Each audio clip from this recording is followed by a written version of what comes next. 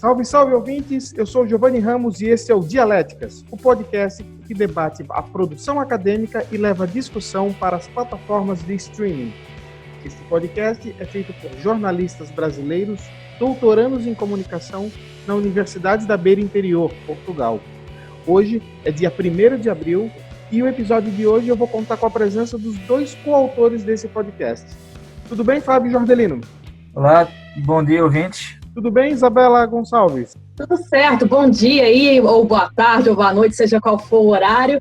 E espero que estejam todos em casa e saudáveis. Exatamente, a gente vai começar já o programa com o Fique em Casa. Todo mundo está falando isso, mas a gente vai falar também, porque nesse momento, aqui em Portugal, onde eu estou, aí onde a Isabela também está, a situação não é tão complicada, mas continua crescendo. O Fábio depois pode dar uma palavrinha. Como é que está na Polônia, Fábio?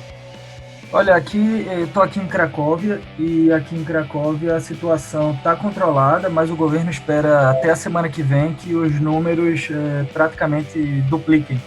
Por isso, a partir de hoje, começaram medidas mais extremas, como, por exemplo, delimitar o horário nos supermercados, ou entre as 10 horas da manhã e o meio-dia, apenas pessoas com mais de 65 anos podem entrar em farmácias e supermercados. Então, tem vários tipos de limitações que o governo está impondo, além do bloqueio das fronteiras. Aqui em Portugal, devemos ter, quando esse programa for ao ar, no dia 3 de abril, já vamos estar num novo decreto de emergência e a gente vai conhecer as novas regras de isolamento. Mas vamos então ao assunto da semana. O artigo chama-se A Desprofissionalização e a Desinstitucionalização do Jornalismo na Era Digital, escrito pelo jornalista e pesquisador brasileiro Carlos Castilho. O documento foi publicado na página do Observatório da Ética Jornalística, o núcleo de pesquisa da Universidade Federal de Santa Catarina. Vamos à tese?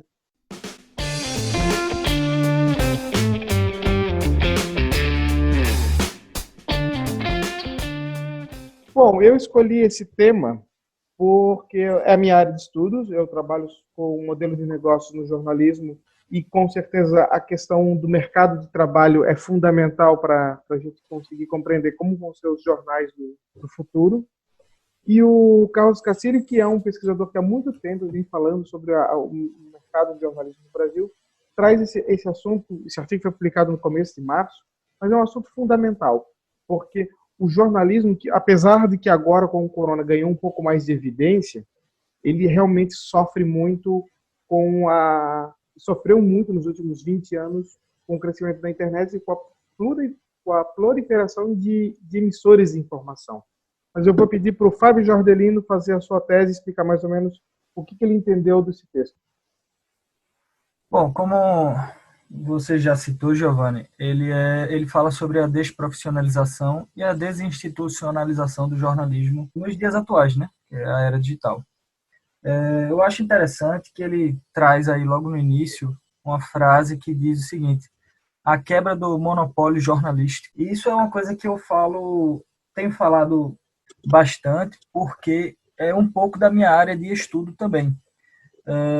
No meu doutorado, eu estou estudando a comunicação política dentro dessa mudança digital. E a gente vê que, bom, nas últimas eleições, é óbvio para todo mundo que tivemos uma eleição atípica, onde o presidente da República foi eleito sem tempo de TV, por exemplo. Então, a gente percebe que houve uma quebra do paradigma do que é jornalismo. Houve eu diria assim que o jornalismo, na verdade, ele perdeu força, ou a força que ele tinha na época antes da internet, digamos. O que a gente tinha antes com o gatekeeper, o editor que selecionava o que ele queria, o que era de interesse do sistema jornalístico que fosse publicado, hoje a gente não tem mais. Hoje a gente tem a figura do repórter amador, que é o cara que está em casa e quer fazer jornalismo. E ele faz o jornalismo de acordo com a ética dele, de acordo com o que ele pensa, de acordo com o que ele vê. E esse texto do Castilho eu achei muito interessante e, a propósito, eu concordo muito com ele, quando ele traz todos esses aspectos de como está essa profissão hoje. Não é que, na verdade, que seja o fim do jornalismo, como muita gente fala hoje em dia. O jornalismo acabou, é o fim, não sei o quê. Eu diria que é mais uma readaptação. O jornalismo perdeu força, como agente do quarto poder, perdeu. Mas ele se readaptou e ele está se readaptando para encontrar o seu espaço, que ainda é incerto, dentro dessa nova realidade. Isabela, a sua participação. Como o autor coloca, né, o que significaria essa desprofissionalização? Quando a atividade jornalística ela deixa de ser caracterizada por um conjunto de normas. E quais seriam essas normas? A gente sabe muito bem, né? Elas vieram dos Estados Unidos. O jornalismo brasileiro ele é fortemente influenciado pelo jornalismo norte-americano, a partir do século XX, mais ou menos 1950, quando o Diário Carioca ele começou a adotar a lógica da objetividade. E o que seria essa lógica da objetividade exatamente? É uma influência positivista que faz com que o jornalismo ele praticamente se afirme enquanto imparcial, enquanto verdadeiro, e ele faz isso a partir de um discurso, ou seja, é puramente mitológico isso. Ele faz isso a partir de um discurso e a partir de normas. Quais seriam essas normas? Aquelas normas que a gente sabe, manchete, pirâmide invertida, colocar fontes contraditórias, tudo isso. Só que, quando ele faz isso, o jornalismo, ele perde uma liberdade que eu acho que é importante para a atividade jornalística, que é a liberdade subjetiva mesmo da coisa. Porque, a partir do momento em que o jornalismo ele começa a ser buscar essa objetividade, que é uma busca, ela não acontece verdadeiramente, você passa a ter um jornalismo declaratório. O que seria esse jornalismo declaratório? É um jornalismo que atribui sempre palavra ao trem. Então, você dá a notícia e fala, sei lá, a economia sofreu uma perda de 20% anual, segundo Meireles, segundo Paulo Guedes. Ou seja, fica uma notícia que ela é muito reducionista e muito simplória. Então, logicamente, quando vem a internet, e com o Twitter especificamente, qualquer pessoa pode dar notícia. E essa notícia que o jornalismo estava fazendo a partir do século XX, a partir dessa busca da objetividade, ela fica sem sentido, quase sem sentido. Então, assim, eu vejo essa desprofissionalização do jornalismo com bons olhos, na verdade, porque eu acho que é o momento do jornalismo se reinventar mesmo, procurar interpretar fatos, fazer análise dos fatos e deixar de ser essa coisa de notícia com 3 fontes, uma de cada lado, uma fonte oficial e, sei lá, 3 parágrafos de notícia. Isso qualquer pessoa faz, e é uma coisa muito técnica. As próprias escolas de jornalismo, elas estavam muito tecnicistas, não se ensinava o jornalista a pensar, não se ensina tão fortemente os jornalistas a pensar. Então, de certa forma, eu vejo essa desprofissionalização como uma reinvenção do jornalismo. Então, nós vamos agora à antítese. Só para explicar, então, para o ouvinte, nós estamos trabalhando os nossos blocos aqui do podcast seguindo uma lógica um pouco parecida com um processo dialético de tese, antítese e síntese. Não é exatamente isso, porque nós não estamos discutindo entre nós apenas, mas também discutindo um outro texto. Mas a gente vai agora para o próximo bloco, que é o momento de fazer questionamentos mais profundos e mais auspiciosos sobre o tema. Vamos à antítese.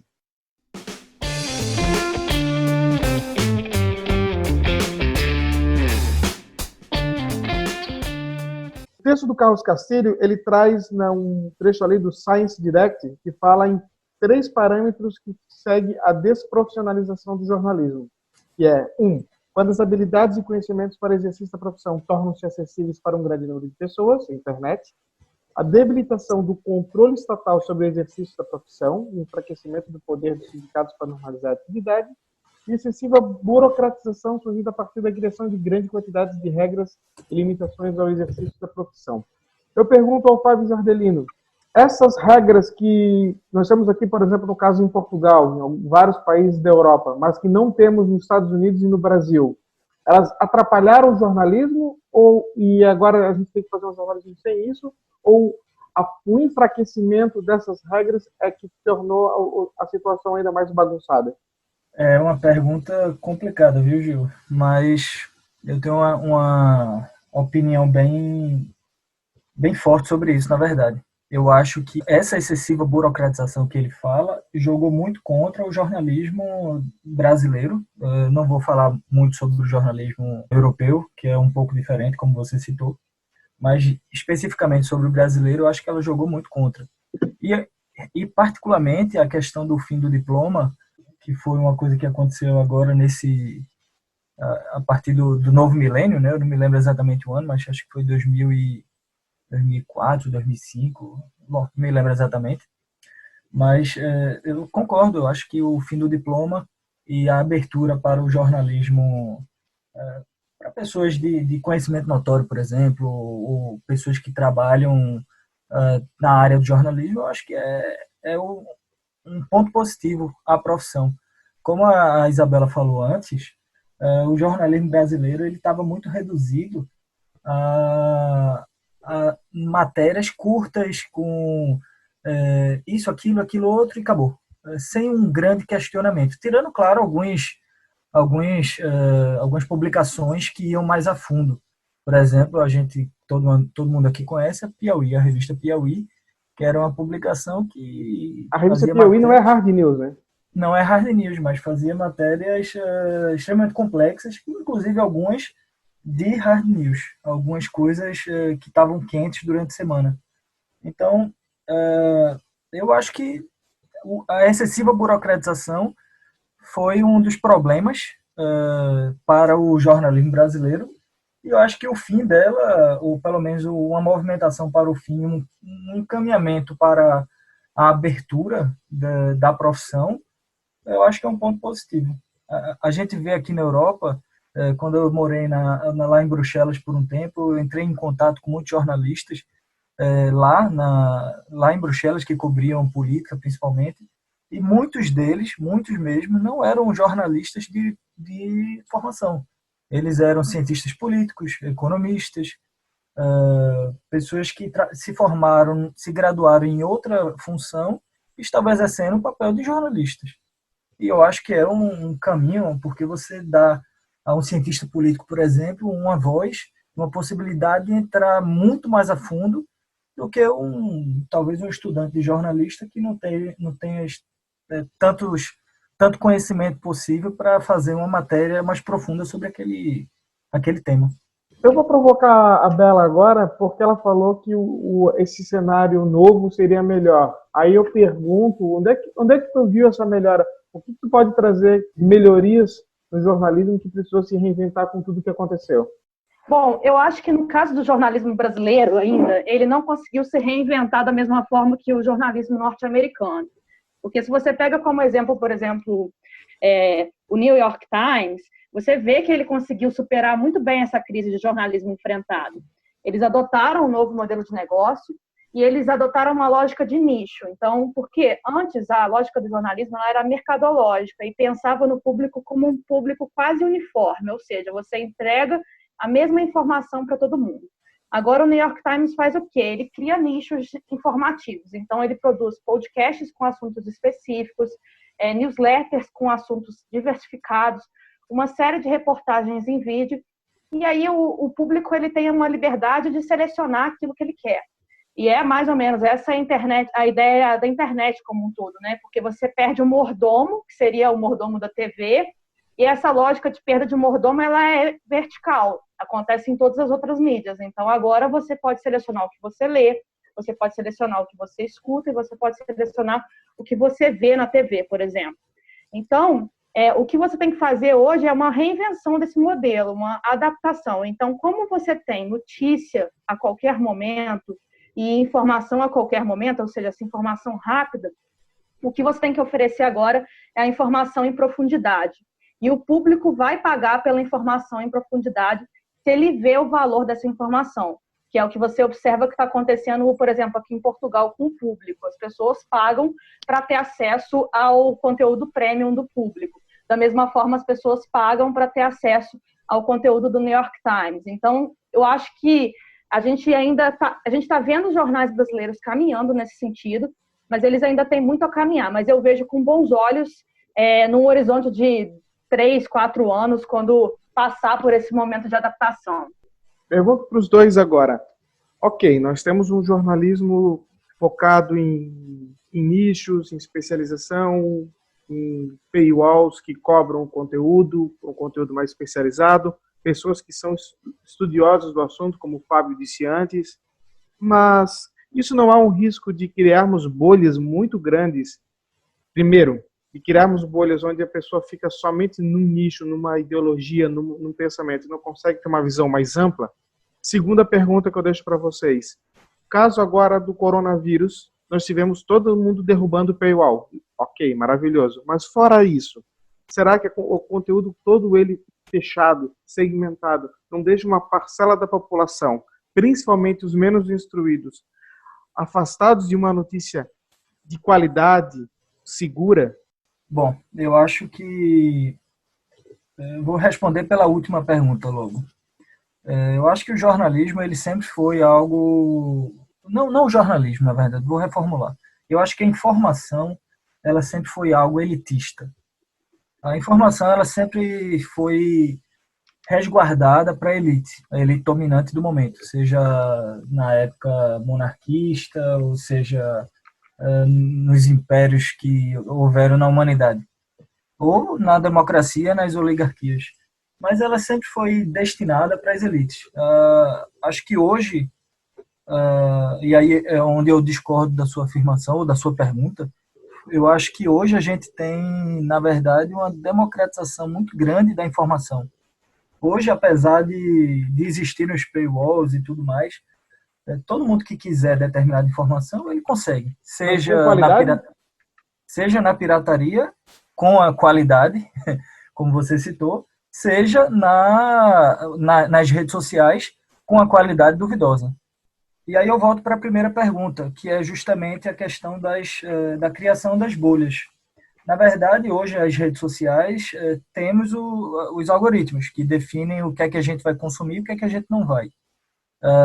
Em um estudo recente, feito até no podcast da Folha de São Paulo, no Café da Manhã, eles falaram sobre esse estudo e comentaram um pouco sobre ele, que é a questão dos extremos nas redes sociais, nos extremos políticos. Eles usavam um parâmetro onde tinham dois extremos políticos e esses dois extremos políticos comentavam basicamente sobre suas ideologias. E no meio termo tinha um monte de gente. E era difícil em determinado momento, eles falam que era difícil para esse programa comentar um pouco sobre alguns casos, como pessoas, por exemplo, jornalistas, por exemplo, que seguiam os dois extremos também. Por exemplo, uma mesma pessoa que segue o Boulos, o Lula, o Bolsonaro e o Ciro Gomes.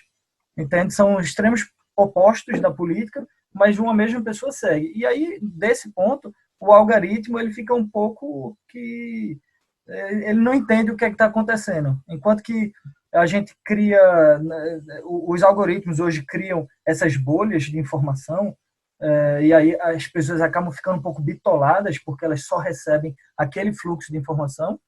Tem outras pessoas que conseguem talvez burlar esses algoritmos e receber informação dos dois lados. Eu, por exemplo, eu sigo de Bolsonaro até Boulos nas redes sociais. E eu acho que estou dentro de um termo desse, porque de vez em quando eu recebo publicações patrocinadas de um político da extrema-esquerda, outro da extrema-direita, não só brasileiro, inclusive internacional. Às vezes eu recebo conteúdo patrocinado do Partido Republicano Americano. Então, tem essas questões que vão criar bolhas, sim. Esse tipo de conteúdo, de jornalismo que a gente vê hoje, é um pouco perigoso, eu acho, na verdade, para a democracia em si, porque ela cria pessoas extremamente bitoladas dentro de um campo de informação, não apenas ideológico, mas também publicitário. Às vezes você vê a publicidade direcionada, hiperdirecionada, né? A pessoa comenta no celular, está comentando numa mesa, eu gosto da cerveja tal, e 10 segundos depois recebe na sua rede social um conteúdo publicitário daquela cerveja tal. Então, eu acho que não é exatamente essa questão das bolhas que você citou, não é um problema exato do jornalismo, mas um problema mais amplo das redes sociais e do mundo conectado que a gente vive hoje. Eu concordo contigo, Fábio. Eu acho que a questão das bolhas é muito mais uma questão de redes sociais e de algoritmo do que propriamente do jornalismo. O jornalismo sofre com isso porque, logicamente, ele vai publicar suas informações, enfim, compartilhar suas informações também nas redes sociais. Então, logicamente, se você está querendo algum tipo de conteúdo e dá like em determinado tipo de conteúdo, você vai receber mais conteúdos como aquele. Então, eu acho que, no caso, a solução para essas bolhas ou para essas câmaras de ecos, como é o termo que se aplica também na academia, seria empregar uma educação ou uma educomunicação eficaz na escola. Ou seja, ensinar as pessoas a consumirem mídia, ensinar as pessoas a procurarem informações em fontes confiáveis, a checar as informações que elas recebem por meio do WhatsApp, por meio do Facebook. Por quê? Porque, no final das contas, hoje em dia, a gente tem um fenômeno muito grande, que é a da desinformação, ou seja, o espalhar fake news por aí. Então, para as pessoas não espalharem, elas têm que não acreditar naquelas fake news, primeiramente. Como que elas não acreditam? Elas têm que olhar para qualquer informação que elas recebam com um segundo olhar, já googlar imediatamente, já dar uma olhada nas estatísticas para ver se elas se aplicam ou não. Então, no final, o que a gente tem hoje é um problema de educação midiática. Então, os governos, eles vão ter que investir em qualquer setor comunicacional em aulas de como consumir informação e como verificar as informações.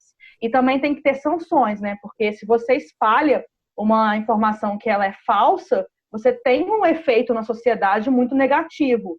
Então, de certa forma, tem que se pensar em alguma forma de regulação, até em termos legislativos mesmo, de consequências para que as pessoas pensem duas vezes antes delas replicarem algum tipo de conteúdo.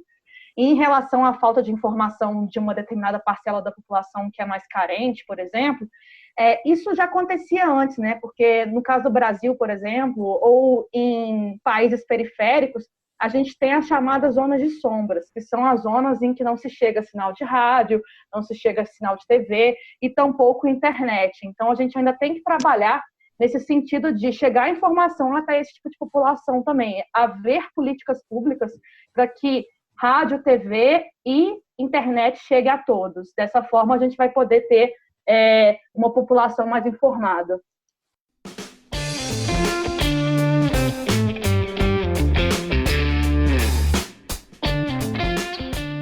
Bom, vamos à parte final do nosso programa, então, que é a nossa síntese, que eu vou começar fazendo a minha síntese. Eu acabei perguntando mais para os nossos participantes, mas agora eu vou deixar aqui minha contribuição final quanto a este assunto.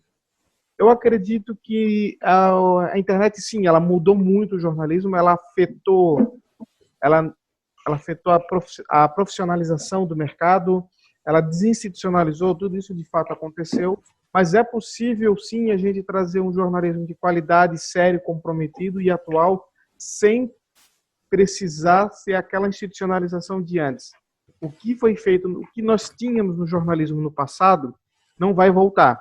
E não precisa, nem deve. A gente tem que pensar num novo formato de jornalismo sério, ético, comprometido e ligado nas tecnologias de hoje. A internet, de fato, ela permitiu que todo mundo pudesse se manifestar, mas isso não significa que o jornalismo precisa ser menos profissional. Essa é a minha visão e eu acredito que sim, a gente consegue fazer coisas com muita qualidade, falando na linguagem correta.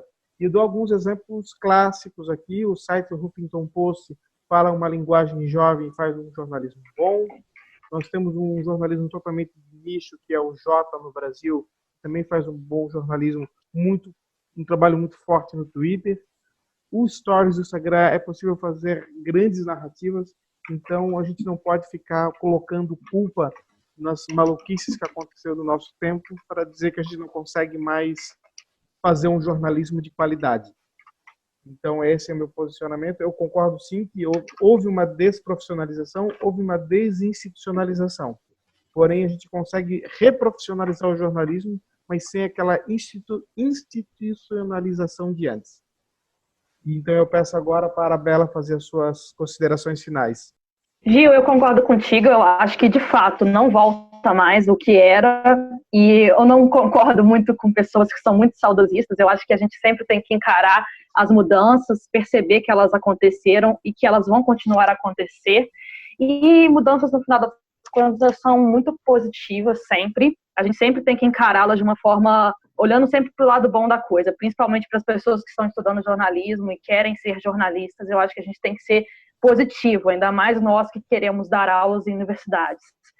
Então, eu vejo a quebra do monopólio como uma possibilidade de encontrar novas formas de fazer jornalismo mesmo. E a gente vê que várias outras formas estão surgindo. O jornalismo alternativo ele sempre existiu, principalmente durante a ditadura militar.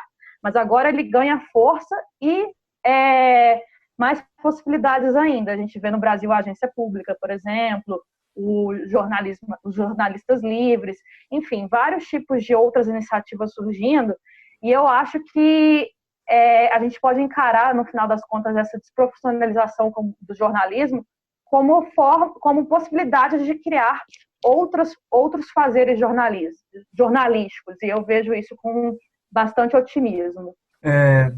A minha consideração final, a minha síntese, no caso, sobre esse tema, eu vou citar, na verdade, o fechamento, uma parte que o Castilho fala no texto dele. A imprensa, antes de um ator de ponta na função de watchdog, passa agora a ser mais um agente na defesa dos interesses do cidadão digital. Eu estou citando essa frase por quê?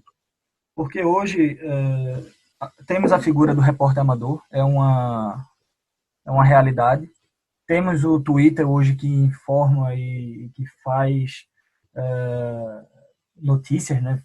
Cria-se notícias, pauta-se a mídia através do Twitter por pessoas normais, no caso, repórteres amadores. Mas a mídia tradicional, ela hoje tem o papel, principalmente, de dizer, não só combater, por exemplo, as fake news, mas se aprofundar em determinados assuntos que um repórter amador, por exemplo, não tem nem as ferramentas para conseguir fazer. Como vocês dois citaram, o que a gente tinha antigamente no jornalismo brasileiro realmente não era o ideal, ao meu ver. A gente tinha antes um poder paralelo, principalmente. A gente sabe que a mídia, no passado, ela agiu para derrubar presidentes. Então, qualquer pessoa que lê, por exemplo, o livro do Chateaubriand, vê a forma maquiavélica que ele agia e o poder que ele tinha. Era muito poder concentrado na mão de poucos. O poder que os conglomerados da Abril ou da Globo, por exemplo, possuem, ainda hoje, são desproporcionais. Então, eu acho que sim, eu acho que essa mudança é boa, é positiva, eu concordo com o autor, com o Castilho, eu acho interessante. Acho que a mídia ela tem sim esse papel, tem que fazer esse papel de watchdog, tem que continuar fazendo esse papel de cão de guarda, de fato, né? Não só agora das instituições, dos poderes institucionais, mas também desses repórteres amadores. Não só de forma a confrontá-los, mas às vezes até a ajudá-los. Sobre esse assunto, eu queria também trazer um estudo recente que foi feito, eu me baseei um pouco nesse estudo para falar hoje, que é um estudo que foi publicado numa revista acadêmica de Porto Alegre, inclusive, é a revista Famecos, volume 26, número 2, de maio a agosto de 2019. Foi um artigo publicado por Davi Barbosa e Sheila Borges. Ele faz um estudo bem analisado, bem intrínseco sobre o que é o repórter amador hoje e as principais diferenças dele e o jornalista profissional. Eu achei interessante trazer isso aí, deixar isso aí, para quem quiser, talvez no futuramente se especializar ou ler um pouco mais sobre a figura do repórter amador.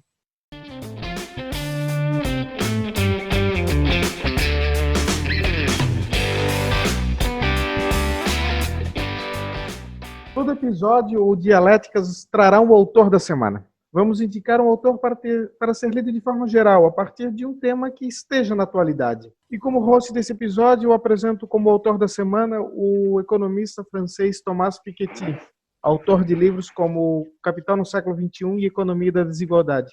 Por que eu estou citando o Piketty? Porque Ainda estamos no coronavírus, mas o assunto que já começa a entrar na pauta é o que vai acontecer com a economia mundial depois da pandemia. Então, as ideias do Piketty sobre combate à desigualdade social, distribuição de renda, estão em alta no mundo. E você que está ouvindo também pode sugerir o autor da semana. Grave um áudio e mande para podcast@dialéticas.com, claro, se apresentando, e a gente pode publicar aqui no nosso programa. O segundo episódio do Dialéticas vai terminando por aqui. Eu agradeço a participação dos meus colegas e lembro que nós já estamos em quase todas as plataformas e tocadores de podcast. Estaremos em todas até o final do mês de abril. Fábio, agradeço pela participação.